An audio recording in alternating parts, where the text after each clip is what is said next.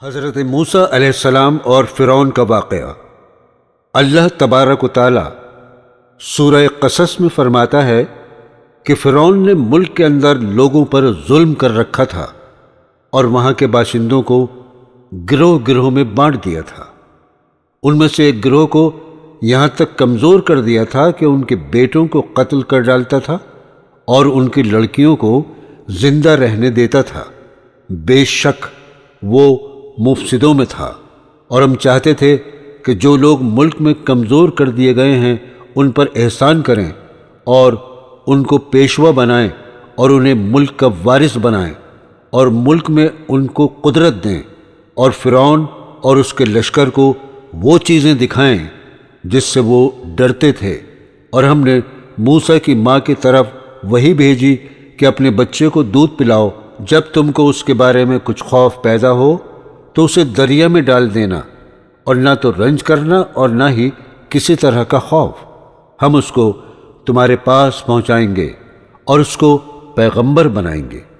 موسیٰ علیہ السلام کی والدہ نے ایک صندوق میں موسیٰ علیہ السلام کو رکھ کر دریا میں بہا دیا، اور اپنی لڑکی جو کہ موسیٰ علیہ السلام کی بہن تھی اس سے کہا، تم دریا کے کنارے کنارے چلنا اور اس صندوق پر نظر رکھنا کہ یہ کہاں جاتا ہے۔ صندوق بہتا ہوا جب کنارے پر رکا تو اس کو فرعون کے سپاہیوں نے دریا سے نکالا، اور جب اس کو کھول کر دیکھا تو اس میں ایک معصوم بچے کو دیکھ کر حیران رہ گئے۔ وہ اس کو فوراً محل میں لے کر آئے اور فرعون کے سامنے بچے کو پیش کیا۔ جب اس بچے کو فرعون کی بیوی نے دیکھا تو وہ کہنے لگی، یہ بچہ میری اور تمہاری آنکھوں کی ٹھنڈک ہے، اس کو قتل مت کرنا، اس کو ہم پالیں گے اور اس کو اپنا بیٹا بنا لیں گے۔ لیکن وہ انجام سے بے خبر تھے۔ پھر ہم نے موسیٰ علیہ السلام کی والدہ کو وہاں بھیج دیا، موسیٰ علیہ السلام کو دودھ پلانے کے لیے۔ اللہ کا وعدہ سچا ہے، لیکن یہ اکثر نہیں جانتے۔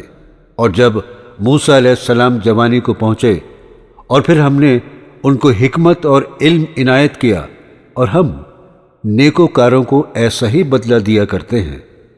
اور وہ ایسے وقت شہر میں داخل ہوئے کہ وہاں کے باشندے بے خبر تھے، تو دیکھا کہ وہاں دو شخص لڑ رہے تھے، ایک تو موسیٰ علیہ السلام کی قوم کا تھا اور دوسرا ان کے دشمنوں میں سے۔ تو جو شخص ان کی قوم میں سے تھا اس نے دوسرے شخص کے مقابلے میں جو موسیٰ علیہ السلام کے دشمنوں میں سے تھا مدد طلب کی، تو انہوں نے اس کو مار ڈالا۔ موسیٰ علیہ السلام بولے، اے پروردگار، میں نے اپنے آپ پر ظلم کیا، تو مجھے بخش دے۔ تو اللہ نے ان کو بخش دیا، بے شک وہ بخشنے والا مہربان ہے۔ کہنے لگے، اے پروردگار، تو نے مجھ پر مہربانی فرمائی ہے، میں آئندہ کبھی گناہگاروں کا مددگار نہ بنوں۔ الغرض صبح کے وقت شہر میں ڈرتے ڈرتے داخل ہوئے کہ دیکھیں کیا ہوتا ہے، تو ناگہاں وہی شخص جس نے کل ان سے مدد مانگی تھی پھر ان کو پکار رہا ہے۔ موسیٰ علیہ السلام نے اس سے کہا، تو صریحی گمراہی میں ہے۔ جب موسیٰ علیہ السلام نے ارادہ کیا کہ اس شخص کو جو ان دونوں کا دشمن تھا پکڑ لیں، تو وہ یعنی موسیٰ علیہ السلام کی قوم کا آدمی بول اٹھا، جس طرح تو نے کل ایک شخص کو مار ڈالا تھا اسی طرح چاہتے ہو کہ مجھے بھی مار ڈالو؟ تم تو یہی چاہتے ہو کہ ملک میں ظلم و ستم کرتے پھرو، اور یہ نہیں چاہتے کہ نیکوکاروں میں ہو۔ اور ایک شخص شہر کی دوسری طرف سے دوڑتا ہوا آیا اور بولا کہ موسیٰ، شہر کے رئیس تمہارے بارے میں صلاح کرتے ہیں کہ تم کو مار ڈالیں، سو تم یہاں سے نکل جاؤ، میں تمہارا خیر خواہ ہوں۔ موسیٰ علیہ السلام وہاں سے ڈرتے ڈرتے نکل گئے کہ دیکھیں اب کیا ہوتا ہے، اور دعا کرنے لگے، اے پروردگار، مجھے ظالم لوگوں سے نجات دے۔ اور جب مدین کی طرف رخ کیا تو کہنے لگے، امید ہے کہ میرا پروردگار مجھے سیدھا راستہ بتائے۔ اور جب مدین کے پانی کے مقام پر پہنچے تو دیکھا کہ وہاں کے لوگ جمع ہو رہے ہیں اور جانوروں کو پانی پلا رہے ہیں، اور ان کے ایک طرف دو عورتیں اپنی بکریوں کو روکے کھڑی ہیں۔ موسیٰ علیہ السلام نے ان سے کہا، تمہارا کیا کام ہے؟ وہ بولی کہ جب تک چرواہے اپنے جانور کو پانی نہ پلا دیں ہم پانی نہیں پلا سکتی، اور ہمارے والد بڑی عمر کے بوڑھے ہیں۔ تو موسیٰ علیہ السلام نے ان کے لیے بکریوں کو پانی پلا دیا، پھر وہاں سے چلے گئے اور کہنے لگے، پروردگار، میں اس کا محتاج ہوں کہ تو مجھ پر اپنی نعمت نازل فرمائے۔ تو تھوڑی دیر کے بعد ان میں سے ایک عورت وہاں آئی اور موسیٰ علیہ السلام سے کہنے لگی، تم کو میرے والد بلاتے ہیں کہ تم نے جو ہماری بکریوں کو پانی پلایا تھا اس کے تم کو اجرت دیں۔ جب وہ ان کے پاس آئے اور ان سے اپنا ماجرا بیان کیا تو انہوں نے کہا، کچھ خوف نہ کرو، تم ظالم لوگوں سے بچ آئے ہو۔ ایک لڑکی بولی، ابا جان، ان کو اپنا نوکر رکھ لیجئے، کیونکہ یہ بہت بہتر نوکر ثابت ہوں گے، توانا ہیں، امانت دار ہیں۔ انہوں نے موسیٰ علیہ السلام سے کہا، میں چاہتا ہوں کہ اپنی ان دونوں بیٹیوں میں سے ایک کی تم سے شادی کر دوں، اس عہد پر کہ تم 8 برس میری خدمت کرو، اور اگر 10 سال پورے کر دو تو وہ تمہاری طرف سے احسان ہے، اور میں تم پر تکلیف ڈالنا نہیں چاہتا، تم مجھے انشاءاللہ نیک لوگوں میں پاؤ گے۔ موسیٰ علیہ السلام نے کہا کہ مجھ میں اور آپ میں یہ عہد پختہ ہوا، میں جو بھی مدت چاہوں پوری کروں، پھر مجھ پر کوئی زیادتی نہ ہو، اور ہم جو معاہدہ کرتے ہیں اور اللہ اس کا گواہ ہے۔ جب موسیٰ علیہ السلام نے مدت پوری کر دی تو اپنے گھر والوں کو لے کر چل دیے۔ اللہ تعالیٰ سورہ طٰہٰ میں فرماتا ہے کہ جب موسیٰ علیہ السلام نے آگ دیکھی تو اپنے گھر کے لوگوں سے کہا کہ تم یہاں ٹھہرو، میں نے آگ دیکھی ہے، میں وہاں جاتا ہوں، شاید اس میں سے میں تمہارے پاس آگ کے انگارے لاؤں یا آگ کا راستہ معلوم کر سکوں۔ جب وہاں موسیٰ علیہ السلام پہنچے تو آواز آئی، موسیٰ، میں تو تمہارا پروردگار ہوں، تم اپنی نالین اتار دو، تم یہاں پاک جگہ پر ہو، اور میں نے تم کو منتخب کر لیا ہے، تو جو حکم دیا جائے اسے سنو، بے شک میں ہی اللہ ہوں، میرے سوا کوئی معبود نہیں، میری عبادت کیا کرو اور میری یاد کے لیے نماز پڑھا کرو۔ اور موسیٰ، یہ تمہارے داہنے ہاتھ میں کیا ہے؟ انہوں نے کہا، یہ میرا عصا ہے، اس پر میں سہارا لگا کر چلتا ہوں، اور اسی سے اپنی بکریوں کے لیے پتے جھاڑتا ہوں، اور اس سے میرے اور بھی کئی فائدے ہیں۔ اللہ تعالیٰ نے فرمایا، اے موسیٰ، اسے زمین پر ڈال دو، تو انہوں نے اس کو ڈال دیا، اور وہ ناگہاں سانپ بن کر دوڑنے لگا۔ اللہ نے فرمایا، اسے پکڑو اور ڈرنا مت، ہم اس کو ابھی اس کی پہلی حالت میں لوٹا دیں گے، اور اپنا ہاتھ اپنی بغل سے لگا لو، وہ کسی عیب یا بیماری کے بغیر سفید چمکتا دمکتا نکلے گا، یہ دوسری نشانی ہے۔ اللہ تبارک و تعالی سورہ الشعراء میں فرماتا ہے، اے موسیٰ، تم ہارون کو ساتھ لے کر فرعون کے پاس جاؤ اور کہو کہ ہم تمام جہاں کے مالک کے بھیجے ہوئے ہیں، اور اس لیے آئے ہیں کہ آپ بنی اسرائیل کو ہمارے ساتھ جانے کی اجازت دیں۔ فرعون نے موسیٰ علیہ السلام سے کہا، کیا ہم نے تمہاری جب تم بچے تھے پرورش نہیں کی؟ اور تم نے ایک اور کام کیا تھا، تم ناشکر معلوم ہوتے ہو۔ اور موسیٰ علیہ السلام نے کہا کہ ہاں، وہ حرکت مجھ سے ناگہاں سرزد ہوئی تھی اور میں خطا کاروں میں تھا، تو جب مجھے تم سے ڈر لگا تو میں تم سے بھاگ گیا، اور اللہ نے مجھ کو نبوت، علم بخشا اور مجھے پیغمبروں میں کیا۔ فرعون نے اپنے درباریوں سے کہا، یہ پیغمبر جو تمہاری طرف بھیجا گیا ہے باولا ہے۔ موسیٰ علیہ السلام نے کہا، اگر میں آپ کے پاس کچھ روشن چیزیں لاؤں تب تو یقین کر لیں گے؟ فرعون نے کہا، اگر سچے ہو تو اسے لاؤ اور دکھاؤ۔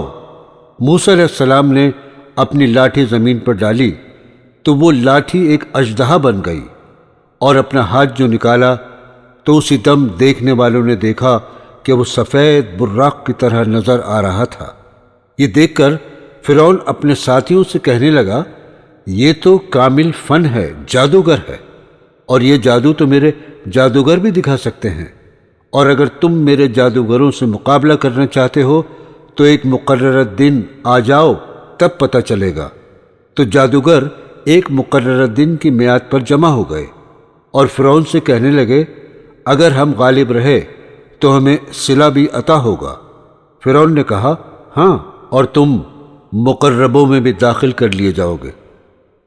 موسیٰ علیہ السلام نے جادوگروں سے کہا جو چیز ڈالنی چاہتے ہو ڈالو، تو انہوں نے اپنی رسیاں اور لاٹھیاں زمین پر ڈالیں اور کہنے لگے کہ فرعون کے اقبال کی قسم ہم ضرور غالب رہیں گے، اور ان کی پھینکی ہوئی چیزیں سانپ بن گئیں اور ادھر ادھر رینگنے لگی۔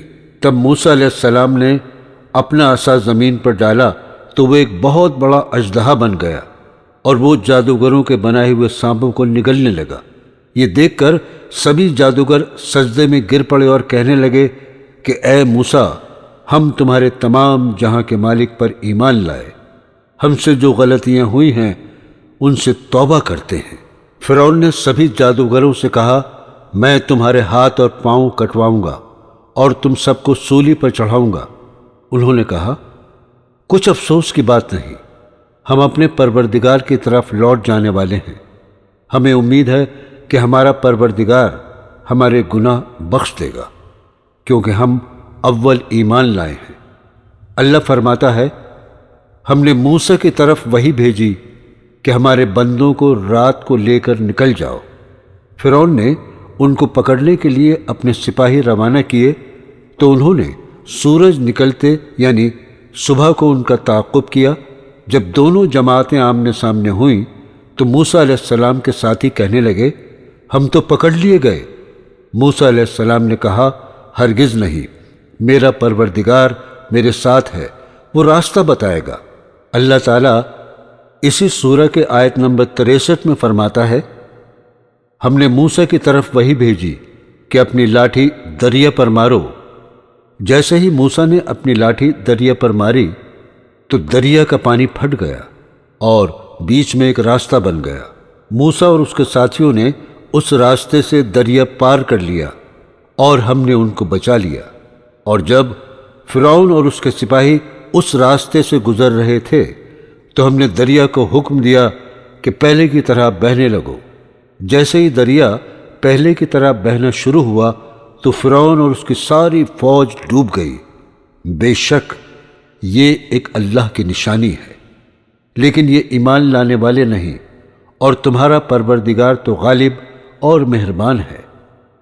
اللہ تعالیٰ سورہ یونس میں فرماتا ہے ہم نے بنی اسرائیل کو دریا پار کرا دیا تو فرعون اور اس کے لشکر نے سرکشی اور مستعدی سے ان کا تعاقب کیا، یہاں تک کہ جب اس کو غرق کے عذاب نے آ کر پکڑا تو کہنے لگا میں ایمان لایا کہ جس اللہ پر بنی اسرائیل ایمان لائے ہیں اس کے سوا کوئی معبود نہیں۔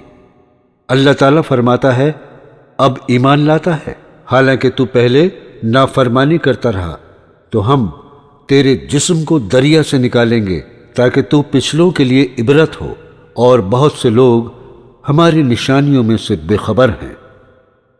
قرآن کی تعلیم صحیح ثابت ہوئی۔ فرعون کی لاش 1881 عیسوی کو بحر احمر سے ملی تھی۔ آج عجائب خانہ مصر کے رائل ممنی ہال میں ایک شیشے کے تابوت میں حفاظت سے رکھی گئی ہے۔ اس کی لمبائی 202 سینٹی میٹر ہے۔ فرعون کی لاش 1235 قبل مسیح میں سمندر میں ڈوبی پڑی تھی۔ 3116 سال سمندر میں پڑے رہنے کے باوجود بغیر سڑے گلے محفوظ ہے۔ یہ واقعہ اس بات کا ثبوت ہے کہ قرآن شریف ایک الہامی کتاب ہے۔